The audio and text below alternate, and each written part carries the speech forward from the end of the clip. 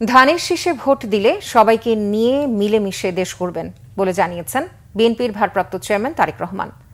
দেশের তরুণ যুবকদের প্রযুক্তি নির্ভর মানবিক মানুষ হিসেবে নিজেদের যোগ্য করে তোলার উপরও জোর দেন তিনি। বলেন, জনগণের জীবনমান উন্নয়নের রাজনীতি বিএনপির আগামী দিনের নীতি। আহমেদ সারোয়ারের রিপোর্টে বিস্তারিত। আন্তর্জাতিক যুব দিবস উপলক্ষে বাংলাদেশ চীন মৈত্রী সম্মেলন কেন্দ্রে যুব সমাজের প্রত্যাশা ও বিএনপির পরিকল্পনায় আগামীর বাংলাদেশ নিয়ে আলোচনা সভার আয়োজন করে জাতীয়তাবাদী ছাত্রদল, যুবদল ও স্বেচ্ছাসেবক দল। এতে লন্ডন থেকে ভার্চুয়ালি যোগ দেন বিএনপির ভারপ্রাপ্ত চেয়ারম্যান তারেক রহমান। আলোচনায় ফ্যাসিবাদ বিরোধী আন্দোলনের ছাত্র, তরুণ, যুবকদের অবদানের কথা শ্রদ্ধার সাথে স্মরণ করেন বিএনপির ভারপ্রাপ্ত চেয়ারম্যান। বলেন, আগামীর বাংলাদেশের জন্য প্রযুক্তি সমৃদ্ধ হয়ে দক্ষ করে গড়ে তুলতে হবে নিজেদের।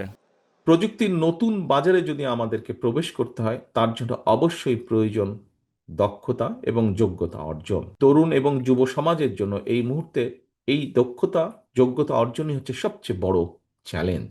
তরুণ যুব শক্তির প্রতি আমার একটা আহ্বান থাকবে, নিজেদেরকে প্রযুক্তি শিক্ষায় দক্ষ এবং যোগ্য করে গড়ে তুলুন।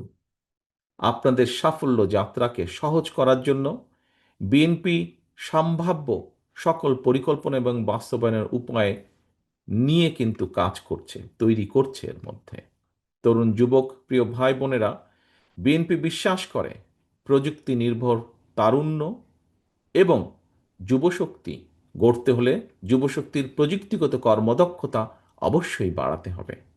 প্রযুক্তির সঠিক ব্যবহার শিখতে হবে, শেখাতে হবে। তারেক রহমান বলেন, আগামী দিনের রাজনীতি কর্মসংস্থানের রাজনীতি। যুব সমাজ বিপদগামী হলে দেশের উন্নয়ন বাধাগ্রস্ত হতে পারে।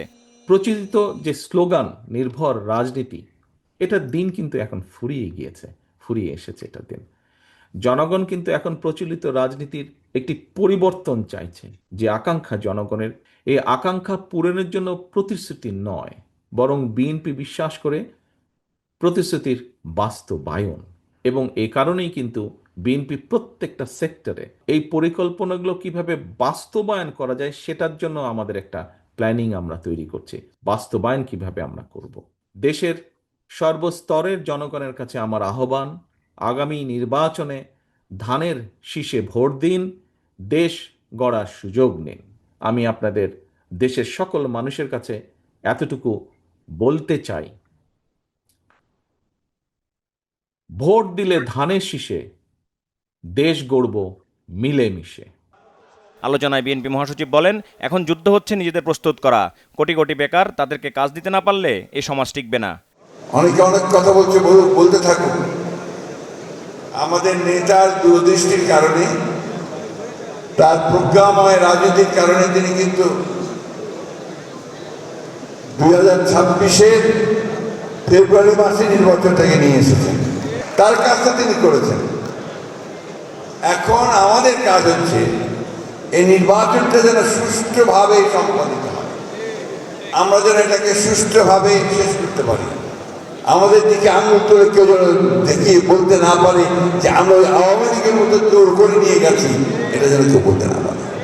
এটা হলে যত দোষ নন্দ দোষ বলে একটা কথা আছে না, অর্থাৎ anything happens in the country bad, তার বিএনপি।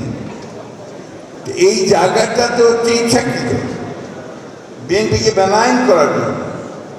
যেহেতু বিএনপি হচ্ছে সম্ভাব্য সামনের দিনের সারথি, যেহেতু বিএনপি সামনের দিনে রাষ্ট্র পরিচালনা করবে, সুতরাং তার বিরুদ্ধে এই সমস্ত মেলাইন করে তাকে যত খাটো করার চেষ্টা করা যায়। আমরা সবাই মিলে এই দুঃখ কষ্টগুলোকে কাটিয়ে আমরা একটা সুন্দর ভবিষ্যতের স্বপ্ন দেখি।